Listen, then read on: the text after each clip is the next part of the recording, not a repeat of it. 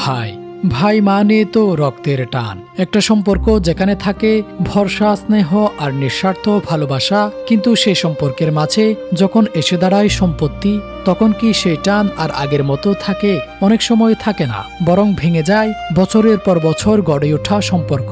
এই গল্প তেমনই এক বাস্তবতার প্রতিচ্ছবি। দুই ভাই একসাথে বড় হওয়া, একসাথে পথ চলা, কিন্তু সবসময় সম্পত্তিকে কেন্দ্র করে তৈরি হয়েছিল নানা দ্বন্দ্ব। অভিযোগ, এক ভাই ক্ষমতার জোরে অন্য ভাইয়ের সম্পত্তি দখল করে নেন। সেই সময় হয়তো মনে হয়েছিল এটাই শেষ কথা, এটাই চূড়ান্ত বিজয়। কিন্তু সময় কি কখনো হিসাব ভুলে যায়?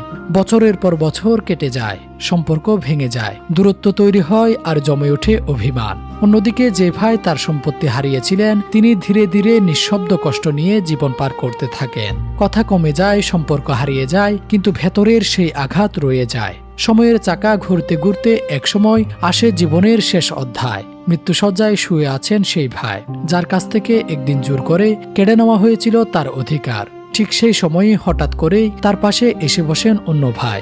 ভাঙা গলায়, কান্না জড়িত কণ্ঠে তিনি বলেন, ভাই আমার ভুল হয়ে গেছে, আমারে ক্ষমা করে দে। একটি মুহূর্ত যেখানে সময় থমকে যায়, চারপাশ নিস্তব্ধ, শুধু অপেক্ষা। ক্ষমা কি মিলবে নাকি মিলবে না?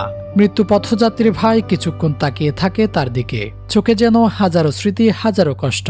তারপর ধীরে ধীরে হাত তুলে ইশারা করেন চলে যেতে। এই ইশারার মধ্যেই ছিল এক কঠিন সত্য, সব ভুলের ক্ষমা হয় না, সব কষ্ট ভুলে যাওয়া যায় না। ভাইকে ক্ষমা চাইতে আসা মানুষটি ভেঙে পড়েন। তার কান্নায় ছিল অনুশোচনা, ছিল আফসোস, কিন্তু তার আর কিছুই করার ছিল না। সময় তখন অনেক দূর এগিয়ে গেছে। এই দৃশ্য শুধু একটি পরিবারের গল্প নয়, এটি আমাদের সমাজের এক গভীর বাস্তবতা, যেখানে সম্পত্তির জন্য রক্তের সম্পর্ক পর্যন্ত ভেঙে যায়। এই ঘটনাটি ছড়িয়ে পড়েছে সামাজিক যোগাযোগ মাধ্যমে। লাখো লাখো মানুষ দেখেছেন সেই মুহূর্ত। অনেকে প্রশ্ন তুলেছেন, কতটা কষ্ট পেলে একজন মানুষ মৃত্যুর সময়ও ক্ষমা করতে পারেন না? কথায় আছে, ক্ষমার চেয়ে বড় দান আর কিছু নেই। কিন্তু এই গল্প দেখিয়ে দেয়, কিছু কষ্ট এতটা গভীর হয় যে যেখানে ক্ষমাও হার মানে। একটি ভুল সিদ্ধান্ত, একটি অন্যায় পুরো একটি সম্পর্ককে শেষ করে দিতে পারে। শেষ সময়ে এসে অনুশোচনা থাকলেও সবসময় সংশোধনের সুযোগ থাকে না। এই গল্প আমাদের মনে করিয়ে দেয়, সম্পর্কের মূল্য বুঝতে হয় সময় থাকতে। কারণ সময় চলে গেলে ক্ষমা চাওয়ার সুযোগ থাকলেও ক্ষমা পাওয়ার সুযোগ সবসময় থাকে না।